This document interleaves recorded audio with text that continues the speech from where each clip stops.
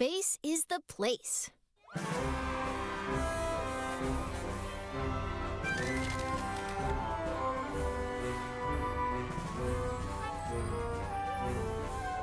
So you want to get to space.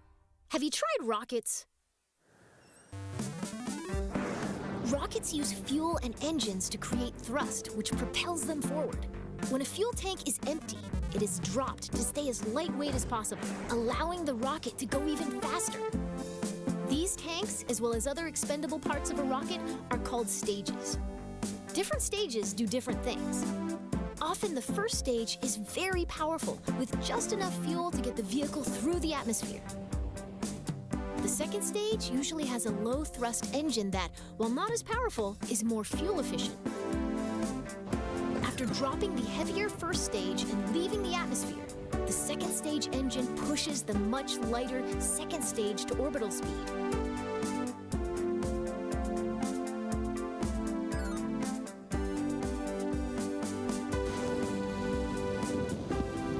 On a flight to space, the final stage parachutes back down to the surface, ideally in one piece.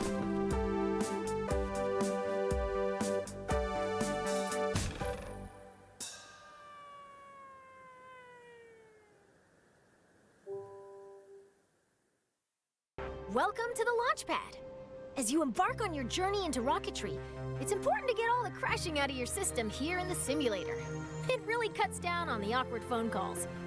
Today, you'll be launching into the virtual skies over KSC, where you'll learn how to control a rocket. Let's learn how to rotate the flight camera. That way, you can see the launch from your favorite angle. Great! You can also zoom the camera in and out. Nice! Go ahead and pick your favorite view for this launch. Your rocket is ready for launch. Every good launch starts with a big green button and lots of fire. Most bad launches do too, actually.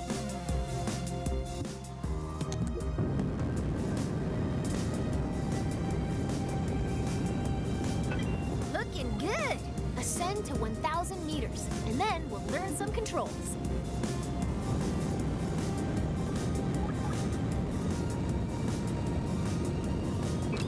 Okay, you're 1 kilometer up. You can still crash, but you'll have more time to correct your course if you start pointing at the ground. Let's learn some rocket controls.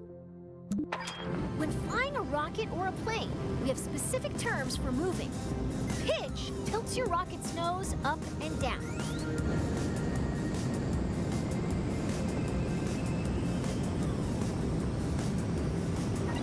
Nice pitch. Now pitch up until you're flying straight up.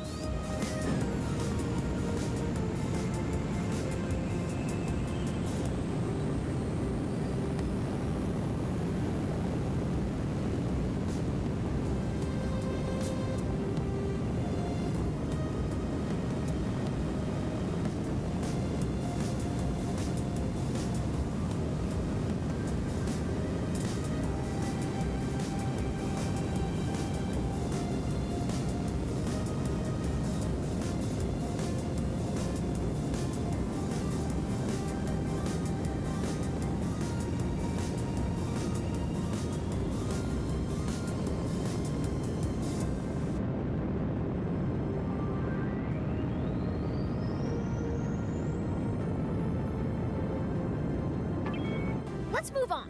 Yaw steers your rocket left and right. Try it now.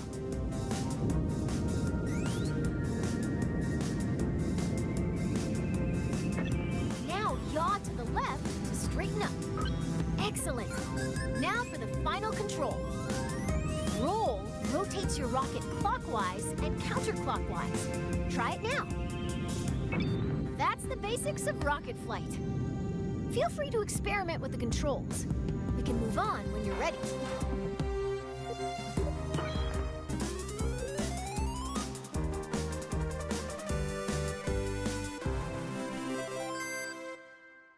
So you want to get to space. It's time to make a rocket.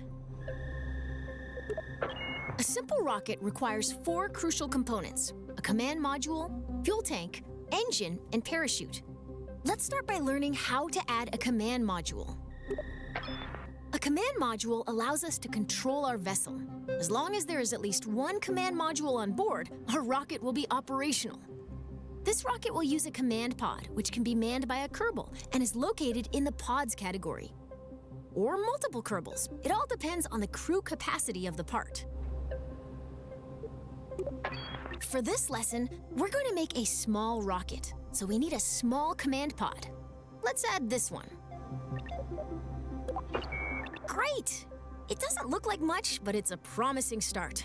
The next thing our rocket needs is a fuel tank. Fuel, or propellant, is How about that one? Rocketry Weekly calls it good enough.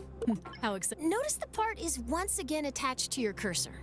If you place your cursor near the bottom of your command pod, you'll see it snap into place. Now that's beginning to look like a rocket. Well, almost. We need an engine. Here at the KSP, we have 4 different types of engines: launcher, sustainer, orbital, and deep space engines.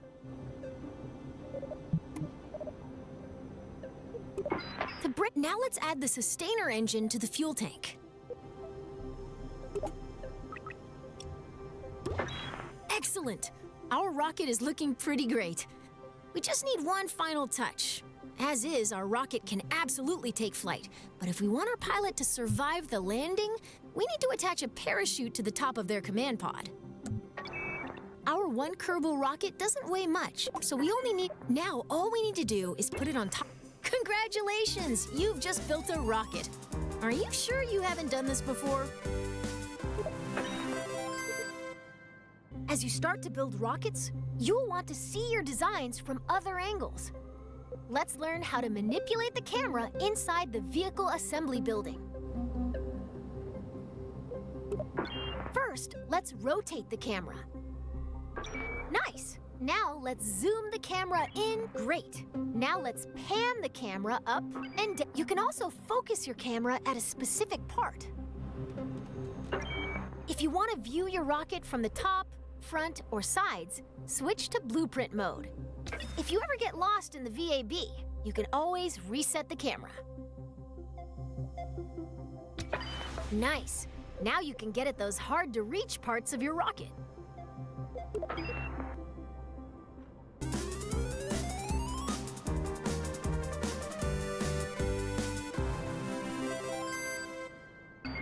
Your rocket's ready. Let's take it out for a little hop. Let's move this rocket to a launch pad. Welcome to the launch pad. Today you'll be flying straight up. Your rocket should do fine without any steering inputs, but if things get out of line somehow, feel free to intervene.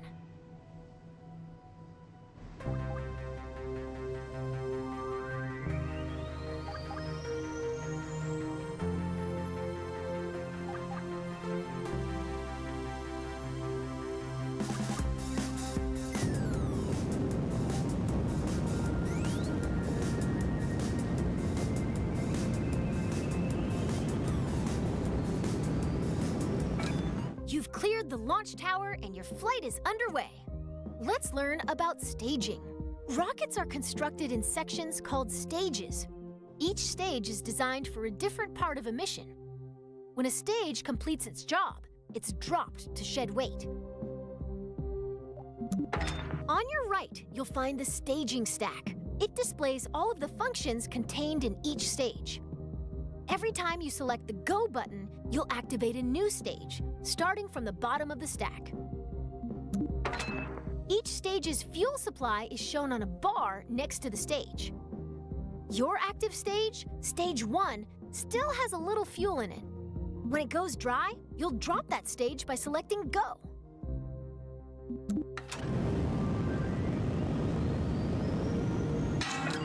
Your first stage is out of fuel, and all it is doing is slowing you down.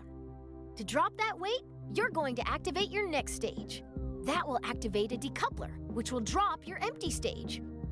It will also activate your next engine. Once you activate a stage, there's no going back. Ready? Hit Go to lose that mass.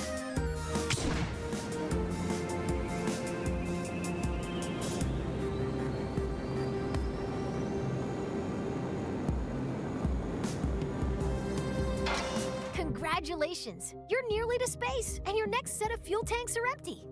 Now is a good time to drop them. Activate the next stage to separate those tanks. Your capsule will now continue coasting up. All that's left to do is gaze back down at Kerbin and wonder if you remembered to lock your car. Nice work! Your capsule has a lot of momentum.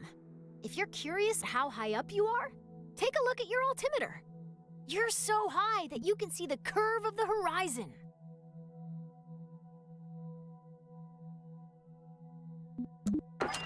Rocketry involves a lot of waiting between the cool explosions. You can speed up time by selecting the time warp controls at the bottom of your screen.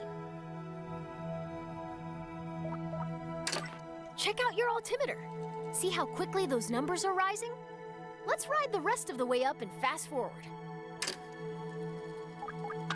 You're about to start falling back down. Let's slow down and enjoy. Great job. You're now a master of time. Try not to use this new power for evil. What goes up must come down. Wind resistance will slow down your capsule's descent, but not enough to prevent it from turning into a bunch of tiny capsules when it lands. That's why we've attached a parachute. If you deploy your parachute too early, it'll be torn off. If you deploy it too late, you'll do some unplanned underground exploration. The sweet spot for Kerbin is between 20,000 and 2,000 meters. Okay, you're low enough to activate the final stage that contains your parachute. Hit go to pop your chute.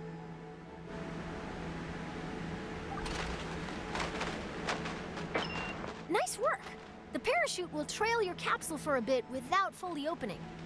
Once you've slowed down enough, it'll open all the way by itself.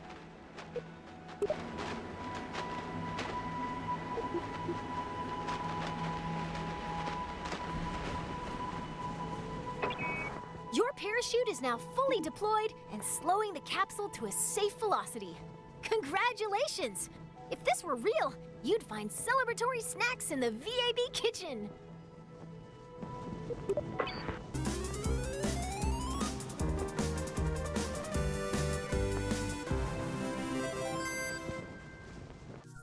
Missing the ground.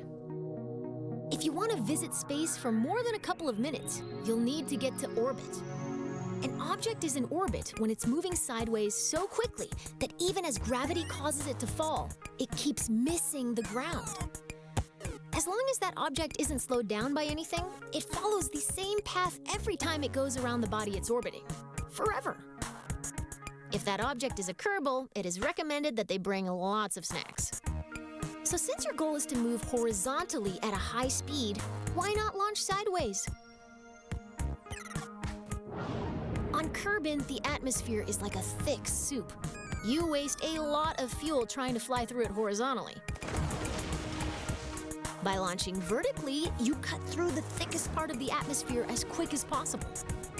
Most orbital rockets begin tilting toward the horizon soon after they leave the launch pad. This maneuver, called a gravity turn, uses the planet's gravity to turn the ship and reduces the amount of fuel needed to achieve a stable orbit. When launching near the equator, your gravity turns should point toward the east, since your vehicle gets a free boost from the planet's rotation.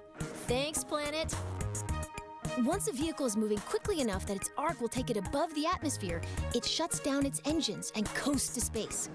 Once it nears the top of that arc, the vehicle needs to fire its engines a second time to keep itself from falling back down to the planet. Doing this turns that arc into a nice big circle. Congratulations! You've missed the ground.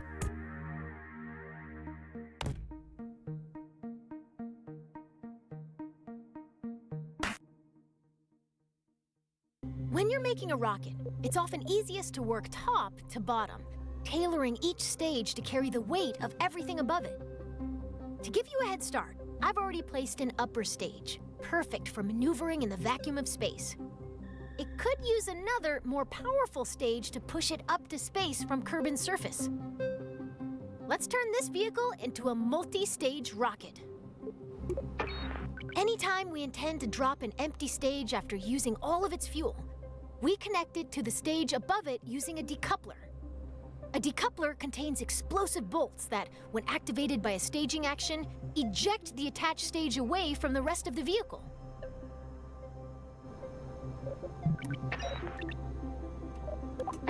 Add that decoupler to the bottom of your rocket. We need to attach a larger, more powerful lower stage to the bottom of your rocket. To keep things simple, I've whipped up a new lower stage in another workspace. You can bring saved vehicles and other sub-assemblies into an in-progress workspace by merging it. Let's merge my lower stage into this VAB workspace.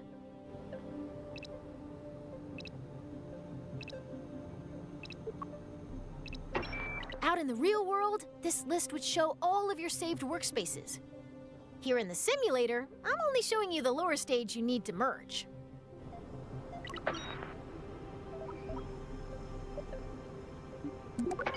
Now that the lower stage has been merged into your current workspace, you can see it next to the upper stage. Select the lower stage and connect it to the decoupler beneath the upper stage to create a single two-stage rocket. Perfect! Merging is a very powerful tool. Anytime you want to reuse a particular booster, lander, or other element from an existing rocket, merging saves you the hassle of making the same thing over and over.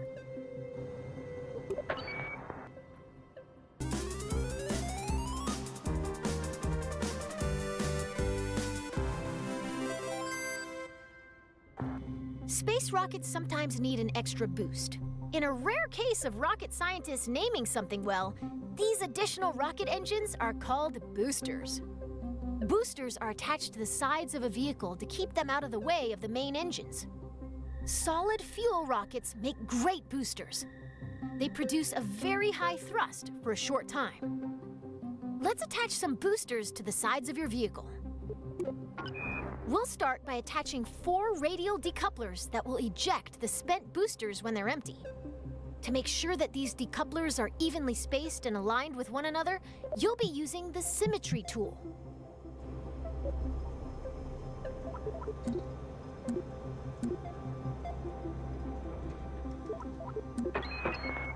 Great! Now when you place a part on one side of your rocket, 3 more evenly spaced duplicates will appear around the rocket. Go ahead and add 4 radial decouplers.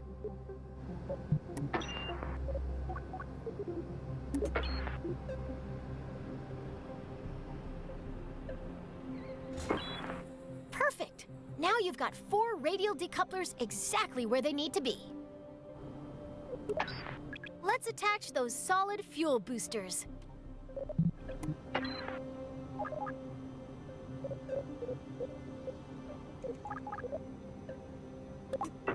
Since you're still in 4x symmetry mode, simply attach this booster to one of the decouplers you just placed. That will attach copies of that booster to the remaining decouplers.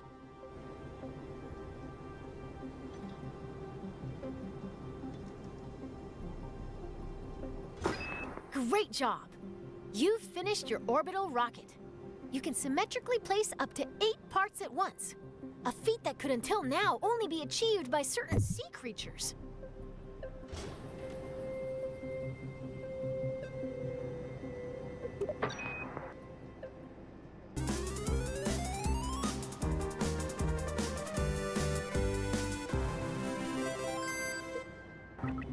Before you launch a rocket, you need to plan the order of your staging events. Nobody wants to start out their flight by popping their parachute, right? Most parts that can be staged are automatically assigned to stages. Their activation order can be seen in the staging stack. You can change when staging events occur by moving them between stages. You can also add, remove, and reorder stages. Best of all, you can do this in both the VAB and in flight. The staging order begins at the bottom of the staging stack. You want your boosters and main engine to fire together for maximum thrust. The solid fuel boosters are currently in the second stage. If we don't change anything, the boosters will ignite late and detach themselves at the same time. This would be embarrassing for everybody, so let's move the boosters down to stage 1. Your solid fuel boosters burn very hard and very fast, so they will run out of fuel first. Even though your main engine and boosters will activate at the same time, you want to drop the empty boosters before you drop your main engine. You'll add a new stage above stage 1 to do one thing. Activate the... Now move all 4 radial decouplers from stage 4 to your new stage 2. All done. Your remaining stages are set up so that stage 4 will activate your orbital stage's engine. Stage 5 will detach the orbital stage's fuel tank when it's empty. And stage 6 will deploy your landing parachute. Thanks to you, this rocket is ready to fly.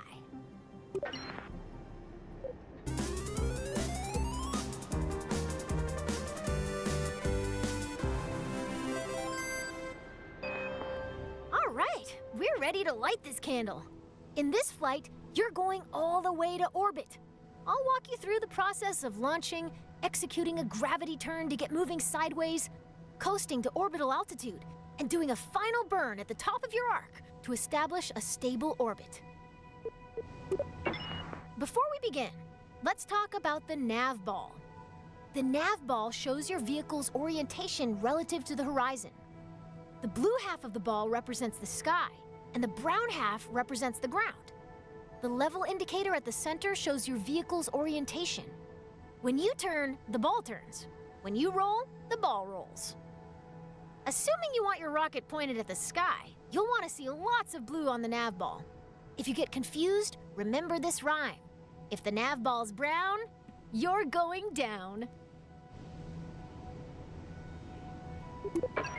At launch, you want all your engines at maximum thrust, which means you need to set your throttle at 100%.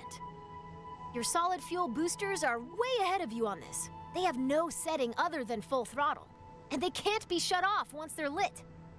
Once you hit the go button, they'll go full tilt until they run out of fuel. Still, your main engine's throttle is in your control. You can see your main throttle here. Left shift gradually increases your throttle. Left control gradually decreases your throttle. Z and X instantly set your fuel levels are visible within the staging stack. Right now, you can see that your main engine and 4 boosters are all topped off and ready to rumble. It's time to go. At the start, all you need to do is fly straight up. I'll check back in with you once those boosters are empty. Good luck!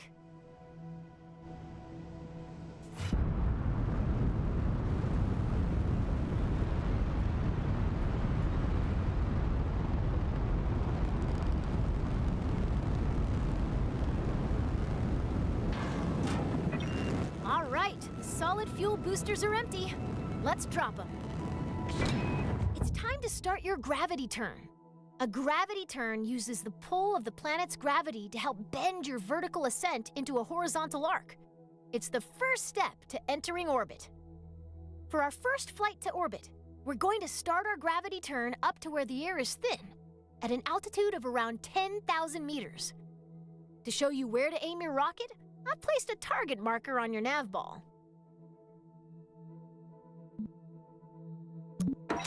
First, we need to get to 10. You're going to yaw towards the east so that the target marker is in the center of the Navball.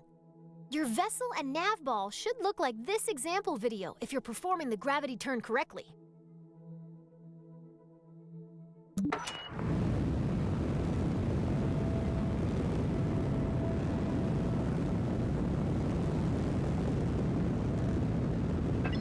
Way to make Kerbin's gravity work for you. You're now on track to establish an orbit.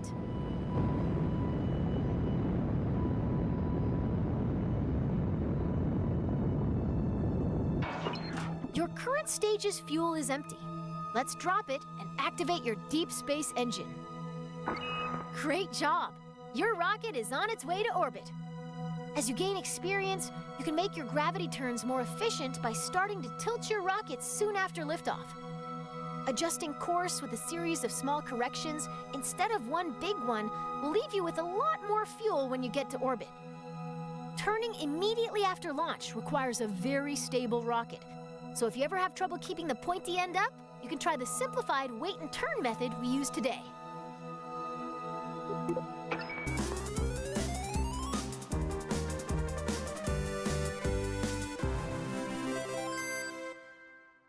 Right now, we're on a ballistic trajectory. If no further adjustments are made, your rocket will eventually fall back down to the ground. Our objective is to turn this arc into an orbit. The process of turning your trajectory into a circular orbit is called circularization. Partial credit to the rocket people on that one. It does have the word circle in it, but it's really hard to say. When planning and executing orbital maneuvers, you'll want to switch to map view, where you can see every part of your current trajectory. The blue arc passing through your vehicle is its current trajectory, the path your rocket will follow if you don't touch the controls anymore. Our goal is to make that arc into a circular orbit. After you've coasted nearly to the top of this arc, you're going to point forward, and then you're going to ignite your engine. If you time this burn right, you'll never quite get to the top of the arc, as it'll keep widening in front of you until it wraps all the way around the planet. Let's break that down a little more. The top of your arc has a helpful tag in map view. It's called the apoapsis, abbreviated as AP. You're going to max out your throttle before you pass this point. We're paused at just before the apoapsis. We want to go faster in the direction we're already moving, so we need to make sure our rocket is pointed forward. There's a handy marker on your navball called the prograde marker. That represents your forward direction. Use the Stability Assist System, or SAS, to point your vessel at that marker. You're all lined up and ready to go. The next step is to go max throttle. It can take time for your arc to fully expand into an orbit. If you look closely at where your trajectory meets the ground, you'll see it moving toward the horizon. Once your trajectory reaches all the way around the planet, you'll see another marker on your orbit. This is the periapsis, or PE, the lowest point in your orbit. It'll always live on the opposite side of your orbit from the apoapsis, or highest point. By burning prograde near your apoapsis, you increase the altitude of your periapsis, the lowest point on your orbit.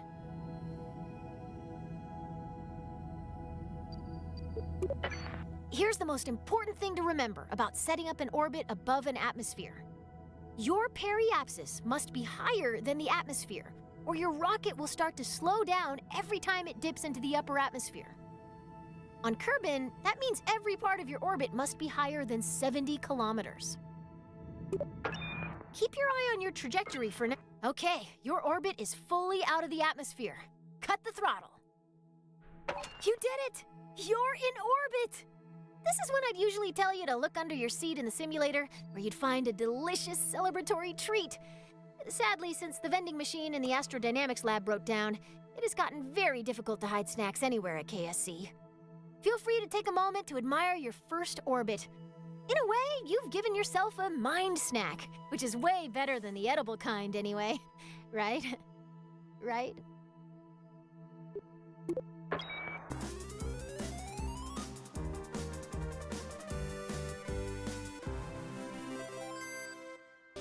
Orbits are weird. Remember your orbiting baseball? What if you wanted to make its orbit higher? Well, it's a baseball, so grab your bat and try to hit the ball to a higher orbit.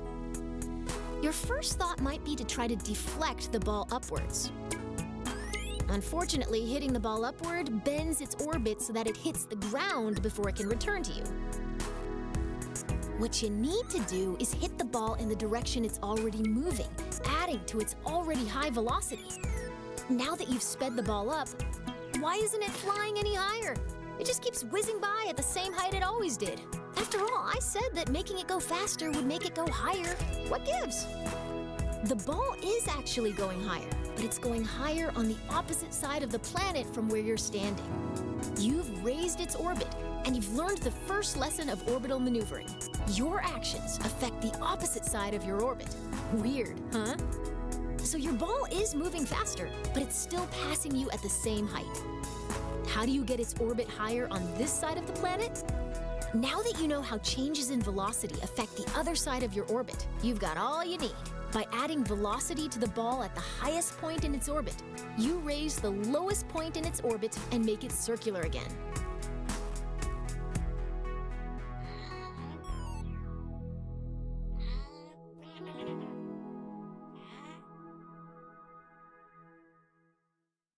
An equatorial orbit is good, but if you want to travel beyond Kerbin, you'll need to manipulate your orbit.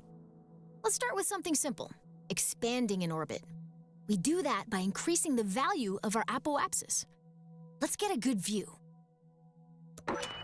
Remember how you circularized your orbit by increasing your forward velocity? To raise your orbit, you'll just do more of the same. It's time to burn prograde. Now that we're pointed the right way, we can increase the throttle and watch our orbit expand.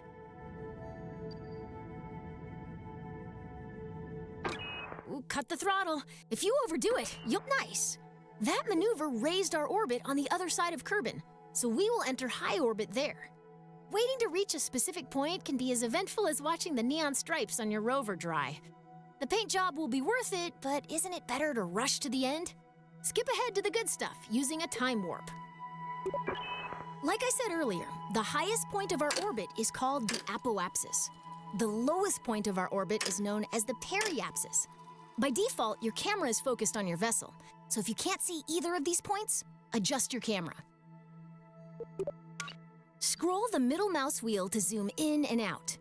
Double-click an object to center your camera on it. Click the middle mouse button to enter FreeCam. Press Home to reset the camera to your active vessel. Excellent! You can time warp to any position on your trajectory by selecting a point on your vehicle's current path, and then selecting Time Warp to Point.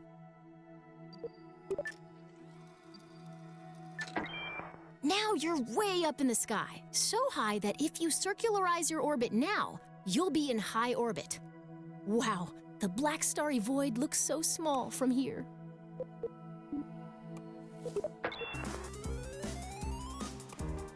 From command pods to space probe cores, a lot of critical rocket parts use electric charge.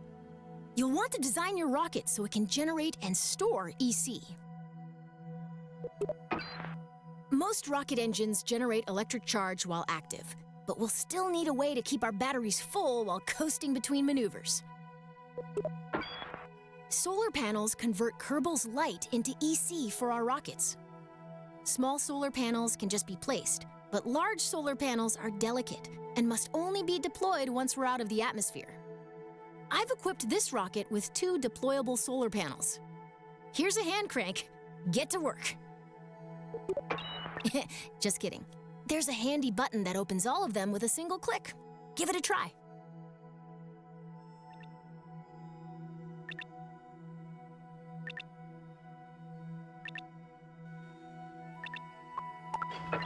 Great! The solar panels are now extended. Light-tracking solar panels only rotate on one axis, so we may need to reorient our ship to point them fully at the sun. Let's make sure the panels are getting direct sunlight by rolling our ship a little bit.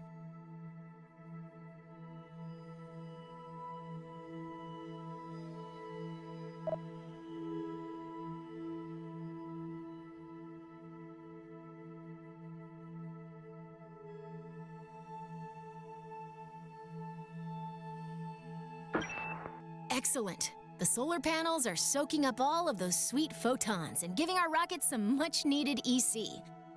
You can see the status of any solar panel within the Part Manager in the Electrical Parts menu. You can either access the app directly by clicking the app button, or you can right-click a part to directly access it in the Part Manager. Getting EC is one thing, and storing it is another. Most command pods have a small battery, but many missions will call for additional EC storage. When we're traveling far from the sun or going to the dark side of a planet, more batteries means more peace of mind.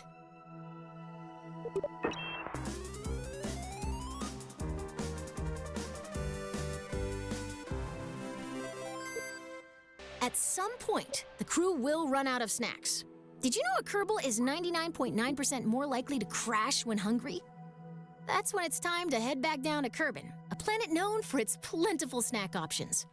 First, remember how we burned prograde to raise our orbit?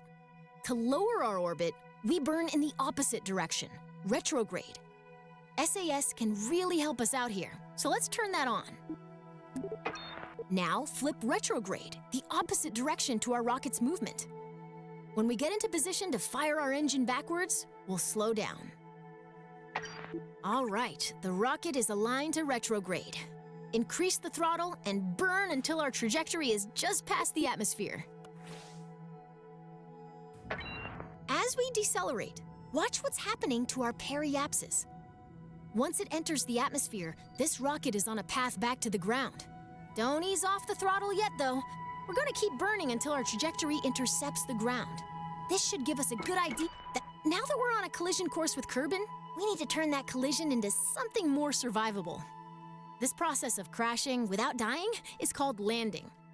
Our upcoming stage will activate a decoupler, dropping the engine and exposing a very important heat shield. Why don't you do that now? Great. We're on our way down and our heat shield is exposed. Have you ever wondered what a marshmallow feels like when it catches on fire? You're about to find out.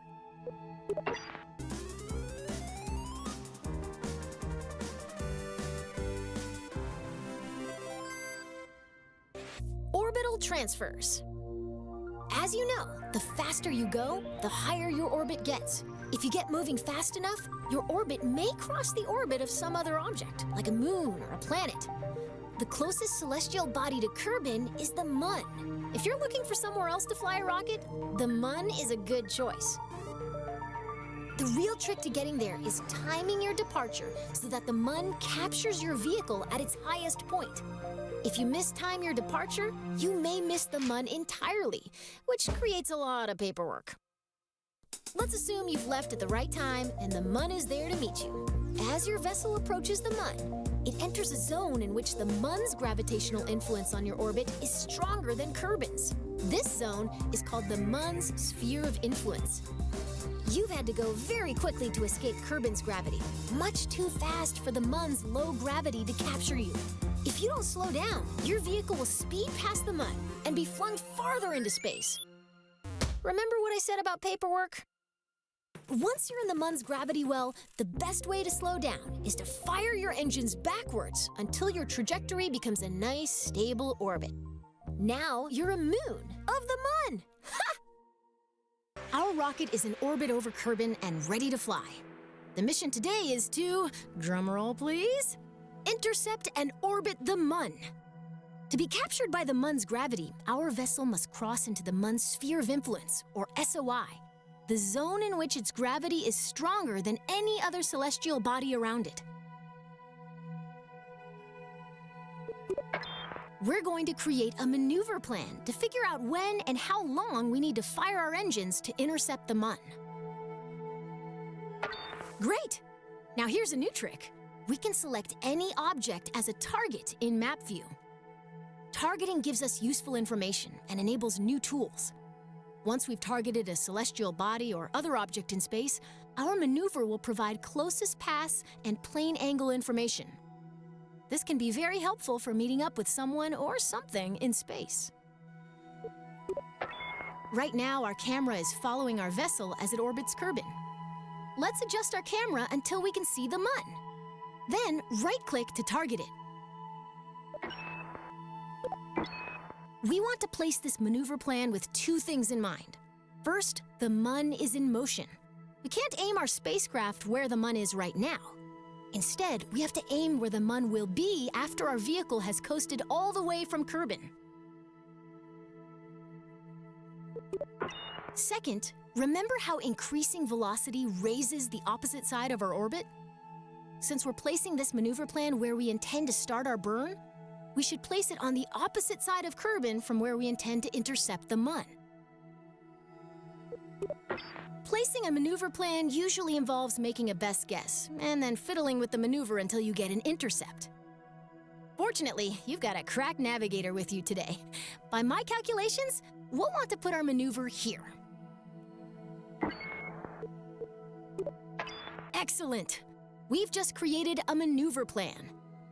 While we could find out if our departure timing is correct by just picking a direction and maxing the throttle, a maneuver plan tells us in advance how much delta V we'll need, how long we'll need to burn, and in what direction our vessel will need to point during the maneuver. Grab and pull the arrows to plan a burn along that direction. This maneuver is pretty simple. We want to burn prograde and expand our orbit.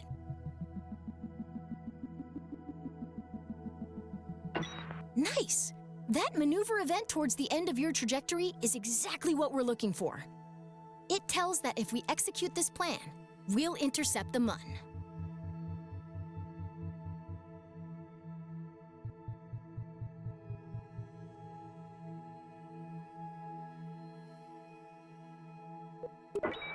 If a maneuver looks right, but we're not getting the intercept we expect, we can change the starting position of the maneuver by grabbing and dragging the middle of the maneuver plan along our orbit. It's very common to refine a maneuver plan by adjusting both the position of the maneuver and the direction of the planned burn.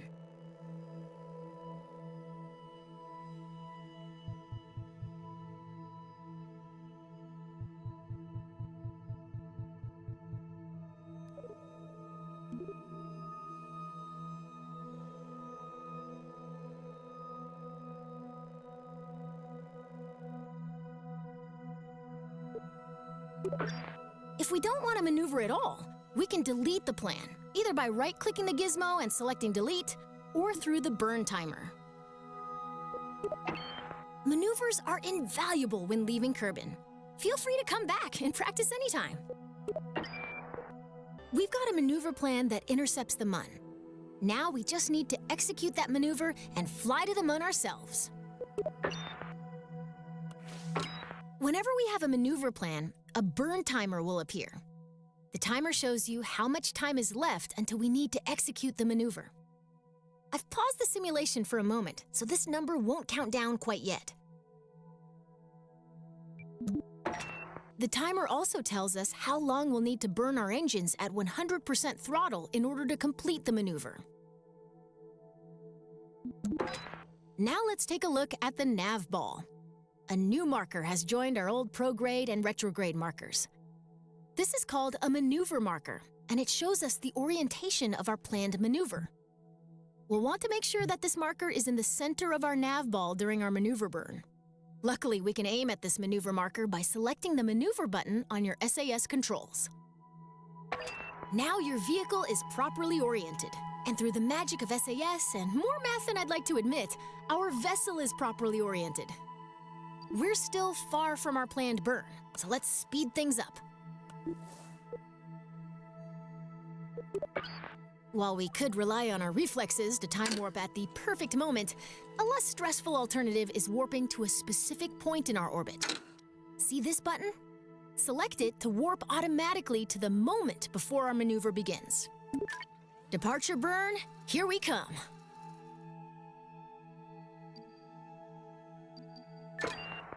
Great! We've exited just before our maneuver burn, and I've paused the simulation once more. After we select Continue, remember to wait until the countdown reaches 0. Then we'll go full throttle until our burn timer reaches 0. Then cut the throttle quickly to avoid overshooting our target. Okay, get ready to hit the throttle.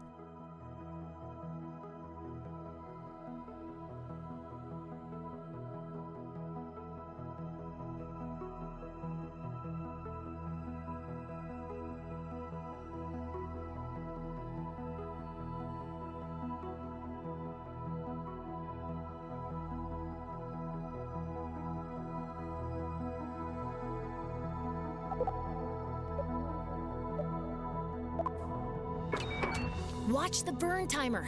We want to stop our burn once it reaches 0.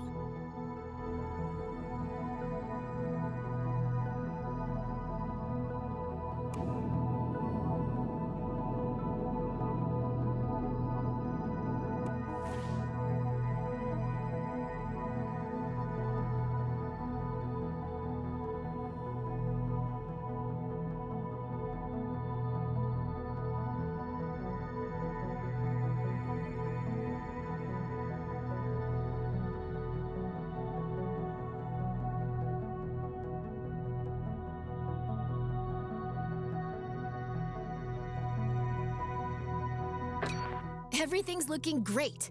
Cut the throttle. Great work! You've successfully executed a maneuver, and now we're on our way to the Mun. It's going to take a while to reach the Mun, but don't let the wait fool you. We're now moving faster than any Kerbal has ever flown before. When we enter the Mun's sphere of influence, we'll be going way too fast for the Mun's gravity to capture our vehicle. To orbit the Mun, we'll need to burn retrograde once we're inside its SOI, or sphere of influence. This will slow us down enough to keep us from being whipped into interplanetary space. Let's start by time warping until we're within the Mun's sphere of influence. That's the sphere within which the Mun is the primary gravitational influence on your vehicle. Farewell, Kerbin! We'll miss you!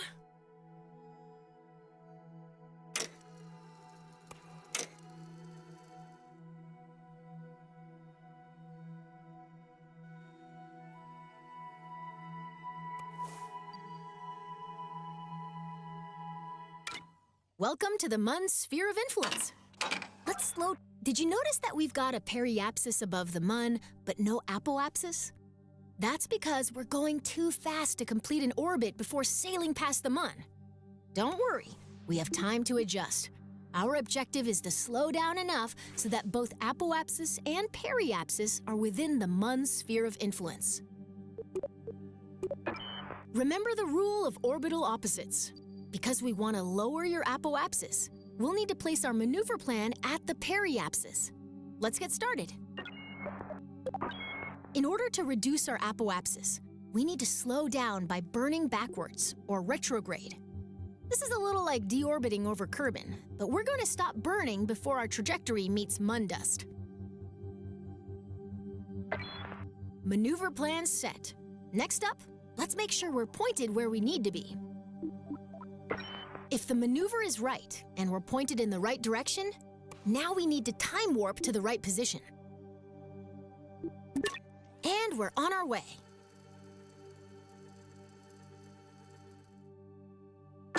Almost there. When the countdown reaches 0, throttle up to start your capture burn.